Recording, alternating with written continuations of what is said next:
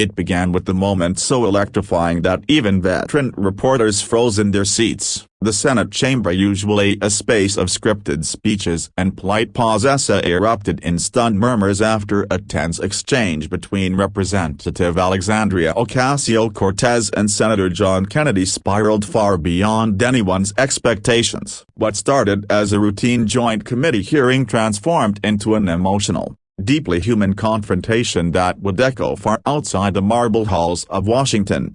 The spark? One unexpected word. Earlier that morning, frustrations had already been simmering. The hearing on rural infrastructure aid had brought together lawmakers from urban and rural districts, long divided over funding priorities. Oka, passionate, articulate, and visibly exasperated, challenged the panel on what she viewed as chronic neglect of working-class communities. Senator Kennedy, a proud Louisianan with a reputation for sharp quips and unapologetic rural identity, countered with his usual blend of humor and pointed critique.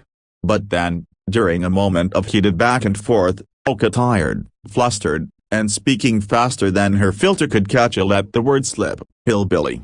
A collective gasp swept the room. Kennedy's expression froze, not angry, not offended, but disappointed in a way that felt heavier than anger. Oka's own face fell the instant she realized what she'd said. Reporters leaned forward like sprinters waiting for the starting pistol. Political pundits watching from newsrooms leaned toward their screens. It was the kind of moment that could fracture careers, reputations, alliances. But what happened next was something no one predicted. Instead of responding with fury, Senator Kennedy took a slow breath and leaned into his microphone. His voice, when he finally spoke, was soft, almost tired. "Congresswoman," he said, "where I come from, folks have been called far worse than hillbilly. But they've also been ignored, mocked, and overlooked for generations. They deserve better from all of us." Silence blanketed the chamber. Then, unexpectedly, Oka stood, and not to defend herself, not to pivot, but to apologize, sincerely, visibly. "You're right,"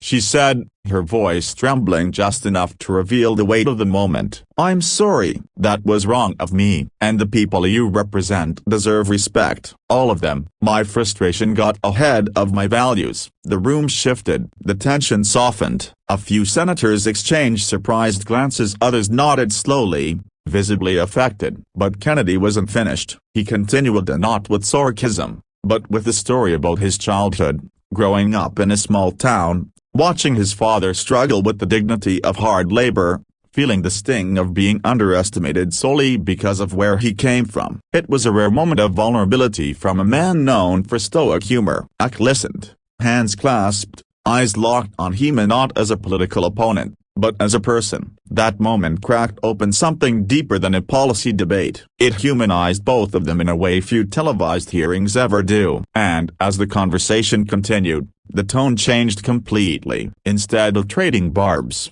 they began acknowledging the frustrations both rural and urban families face: poor healthcare access, decaying infrastructure, generational poverty, and the way national political narratives often pit their communities against each other.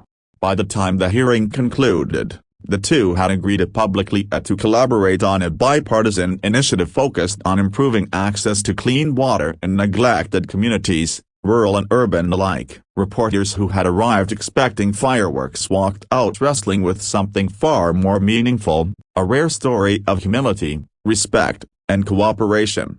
Outside the chamber, reactions exploded across the internet. Some praised Oka for apologizing, others applauded Kennedy for responding with grace rather than outrage. Many were shocked to see two polarizing figures take a moment of conflict and transform it into dialogue. But the real story wasn't about a viral clip or a trending hashtag. It was about two leaders who, despite their differences, chose humanity over hostility. And as the day unfolded, something quietly extraordinary happened. Communities across the country, from the Bronx to rural Louisiana, began talking not about insults, but about understanding. People who rarely saw themselves reflected respectfully in national politics suddenly felt seen, heard, valued. In a political era dominated by division and sound bites, the moment offered a rare, inspiring reminder: respect can disarm anger, humility can rebuild trust, and sometimes, The most powerful change begins not with a perfect speech but with an imperfect human moment,